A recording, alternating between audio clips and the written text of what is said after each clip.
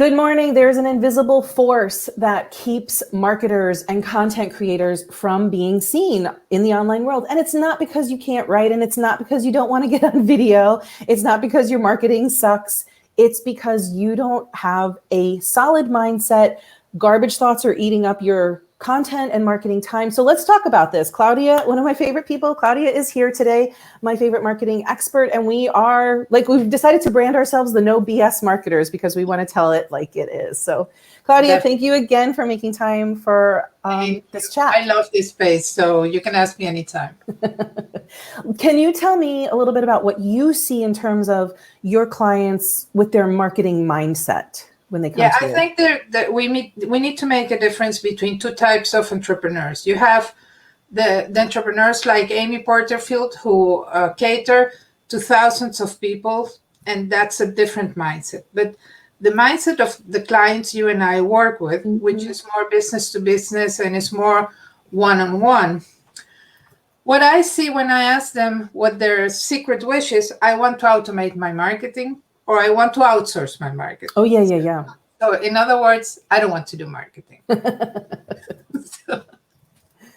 And I am like, why don't you want to do marketing? Because for me, and you've heard this before from me, marketing is the relationship with your client. It's the relationship with your customer. So why would you want to have somebody else doing that for you? You know? And if you trust your product or your service, why are you feeling salesy or feeling uncomfortable when you're talking about your product? So what I think it's screwing our marketing is not understanding how marketing works. And that reflects in our mindset. So we feel salesy, or we feel pushy, or we feel like imposing ourselves. And actually marketing is the first part of your selling process. And then again, if you don't like marketing, why would you like sending invoices? That's being salesy. That's salesy, right? That's a great point. That's really being salesy. So, then you need to see what is preventing you from, because for instance, if you have a good friend that you like, and you think she will match perfectly with another friend of you, you will try to match them, and you will sell to each other. You will sell them to each other, without shame. Even that, you will even be pushy. Because that's a good point. Yeah, because you believe in it. So you have to have the same approach to your marketing. If you believe in it, you won't be pushy, because your enthusiasm and your belief in it will do part of the hard work. But it's the process of believing in your product and taking all those layers away from marketing is salesy. I think I want to talk a little bit about why we have these opinions about marketing. And some marketing is so enjoyable. Some marketing is so much fun or entertaining. I think about some of the great Twitter accounts out there. Like Wendy's has this great Twitter account, and they can be very snarky and they have personality, and it's actually fun to watch that kind of marketing. And we forget about those marketing tactics because I think we're so oppressed by so many shitty marketing tactics. Yeah, definitely. But I also think many of us, when we start our business and we do the branding, we focus more on the graphic expressions of our brand. So the logo, the colors, the look and feel. But we don't do the foundational work, which is, what are my values? What is my why? Why am I doing this? And also, if you want to call it your vision and your mission, but that is, if you don't have that work, that foundational work, and you don't know your content pillars or your personality traits, what you want to infuse to your brand, then you become inconsistent, and then you don't see the results, and then marketing is hard. So for instance, if you're clear that you are somebody who wants to teach, or somebody who has a quirky sense of humor like Wendy has, you create the guidelines for that kind of marketing, and then it's just following the rules. But you need to to set the boundaries, and you need to set the basis for that. So It's many of those things is that people didn't stop to do the full branding exercise, which is, what is the personality of my brand? Because you are your brand and I am my brand because we are our business, and for me, for instance, it was, I write in a very academic and serious way. So there is an abyss between talking to me and reading the stuff I write. And even more so because I write in English, and English is not my native. I'm not native English speaker. So I miss many of those words that would, give that sparkle to my writing. So then I had to make, for a long time, I wandered, lost in the world of content. What is my format? How can I do it? Until you and I started to do this format, which for me works perfectly because you can see me in my real way. Right. And you need to find that, and you need to know how to infuse that to your brand and to your marketing. Yeah, I love this idea that if you haven't done the foundations of what is your voice, what are your core values, how do you want to show up in the world, that adds another layer of the mindset garbage, right? Yeah. And then it's not working and it's not landing. Another layer comes onto the mindset garbage. And then we can undo all of this, but it's so much better if you just start with getting this figured out. Yeah. I also think another thing that happens that adds on the mindset's trouble for marketing is there's so many crappy methodologies out there that we see every day, like the people who DM me. I have DMs every day in my Instagram that are just absolute garbage. And I wonder who taught these people that this is a marketing strategy that works, or the aggressive, the aggressive marketing that's just relentless and it's a constant commercial rather than a cultivating of a relationship.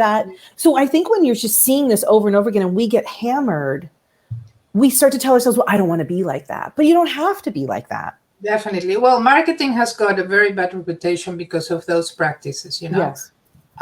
Because people don't take the time to connect. People don't take the time to understand who their customer is or who the customer are.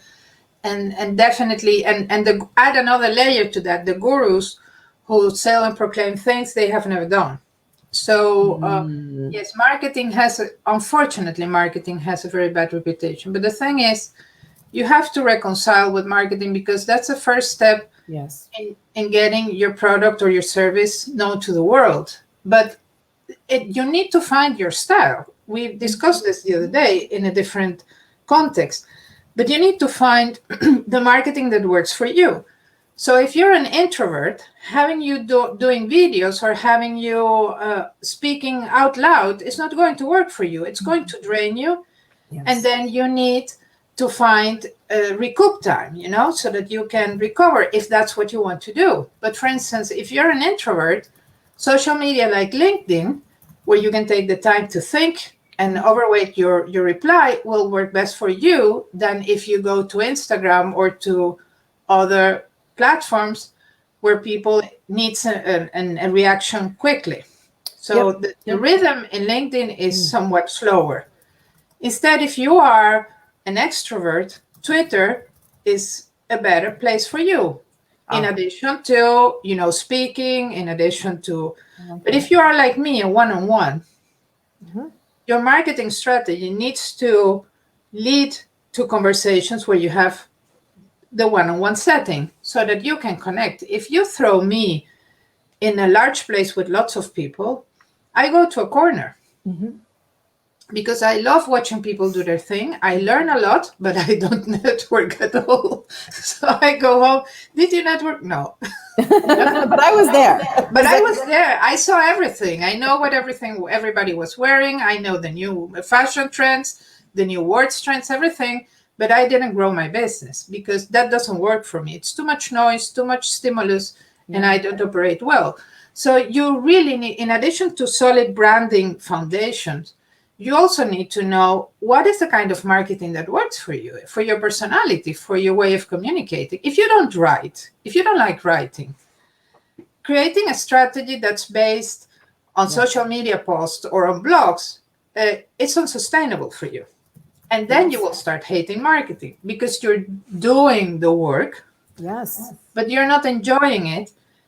And on the medium or to long term, you will start to hate it, and then you will start to create content for the sake of creating content. Mm-hmm.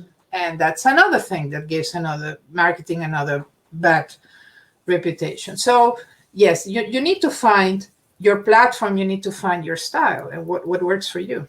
Definitely. We got a question that said, I think people confuse the lines between marketing and sales sounds icky.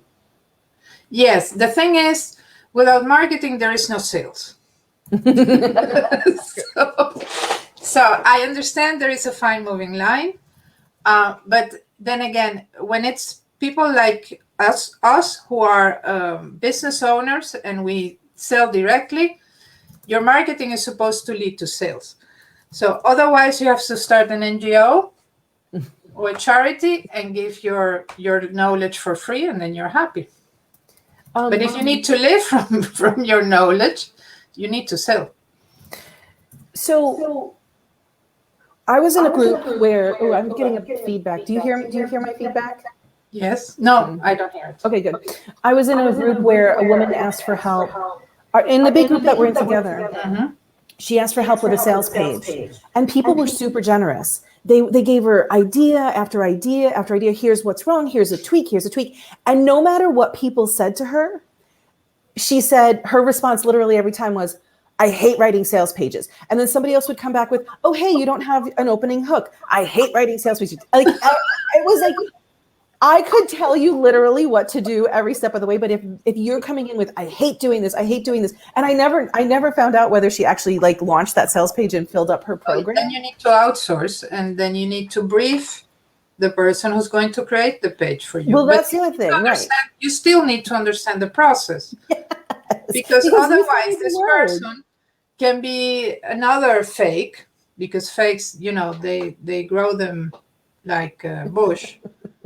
And they can sell you a sales page that's supposed to perform, and it's not. And if you don't have control of the process, then you will another reason to hate marketing. Right. So I've told this story before where I paid a huge amount of money for a sales page that never converted. Mm-hmm. And it wasn't because the sales page was crappy. It was because my program wasn't what people needed. The wording wasn't exactly right. And so you can, even if you had enough money to hire everything out, you still need to know what words are your audience using, and what phrases are they using, and what problems do you solve for them, and what results do they want. And I don't think that that's pushy to know those things and to talk about those things, because people need our help. That's like what marketing is helping people to get a solution. Yeah. So, but the thing is, the ideal situation is when the sales happens spontaneously. And what I mean by this is when your marketing works as a well-oiled machine, that at the end is the customer saying, when do we start? Or what program do you have? So that, and even so, when that question pops, you need to ask yourself, do I know enough about this person? Is this person a good fit for my program? Am I a good fit for this person? And if you don't know it, you need to make a pause in the conversation and ask these questions, because otherwise you will regret the sale, and then you will start hating sales. Yeah. What are your favorite tactics with your clients once you understand like why they hate marketing or what their mindset garbage is? Do you have any strategies that you share with your clients? Well, one of the things I do is I mirror the strategies to them, and I try to find out why they hate marketing so much. And usually I do parallels between daily happenings and things in marketing. For instance, the idea of matching two friends. That's marketing in spirit's essence. Mm-hmm. You know what your friend wants, you know what the other friend has to offer, you bring them together. Right. So it's the exact same thing. And then again, find your style. I have a quiz in my site where you can find your style, and if you after the results, if you sign up, you even get strategies that will work for your style. You need to find a marketing that works for you, a marketing that helps you to hang in there for the long run, because marketing is a long-term game. It's not, a short thing. You need to hang in there. How long have we been doing these conversations? Almost 2 months. Yeah. And it was last week that we got reaction, and not even outside the conversation. So this confirms that there is a lot of voyeurism in social media that people see and consume, but they don't let you know that they are there. Mm-hmm. And all of a sudden they pop on your email like, I've been following you for 3 years. That's true. I love everything you write and do, and I was interested. So, marketing is a long-term game, and it's very important that you find something, something that works in your style, and that you invest. If for instance, so funny, and you know this because this is how we met. I am so good at creating content or ideas for content for everybody, but not for myself. Mm-hmm. So I know that, and I look for help, and that's how you and I met.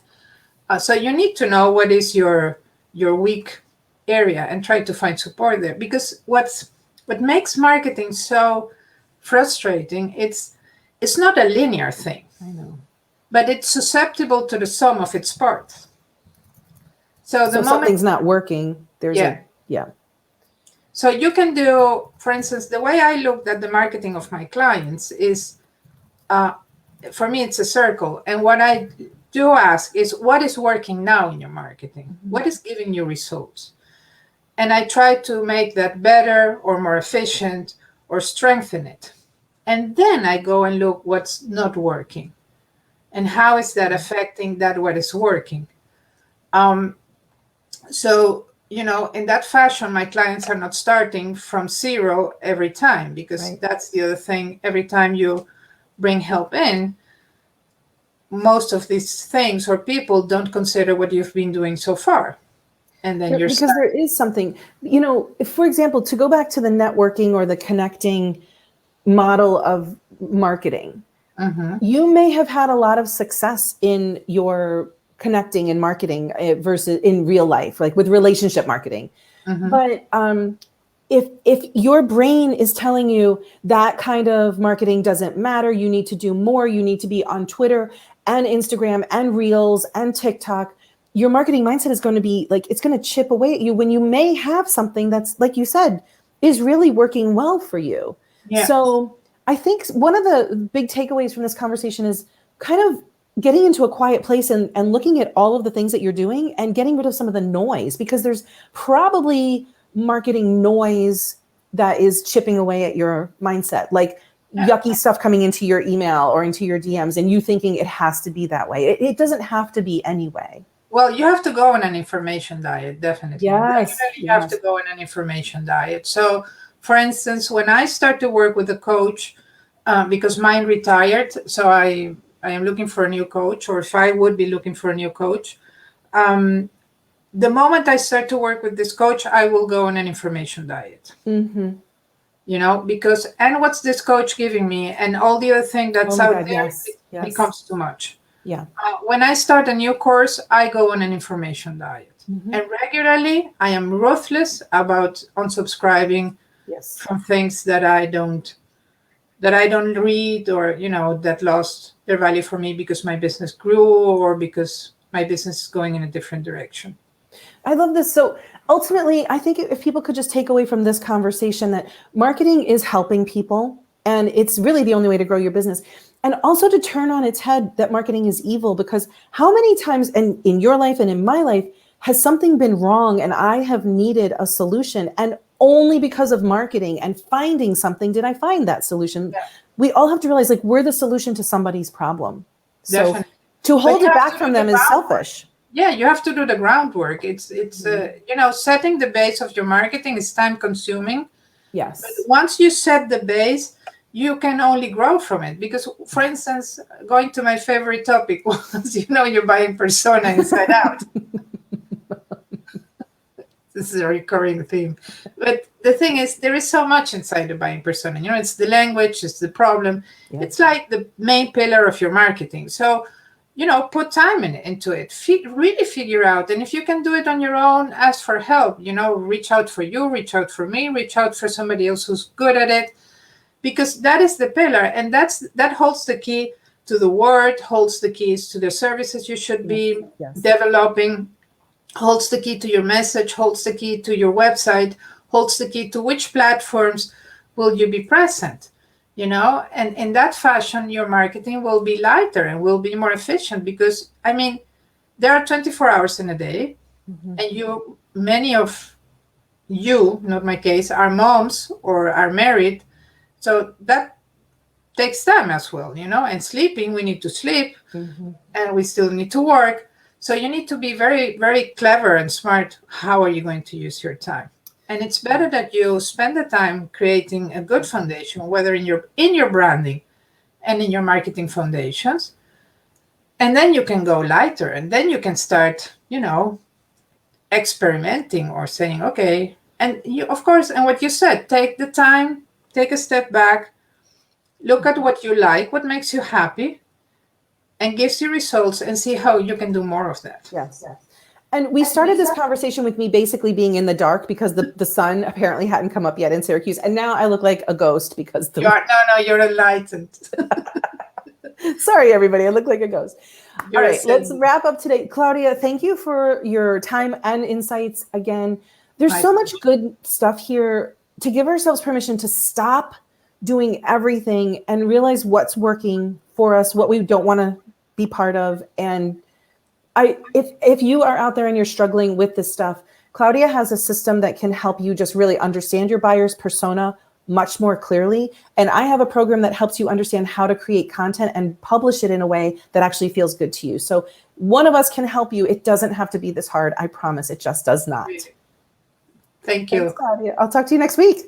Bye. Sure. Bye. Bye.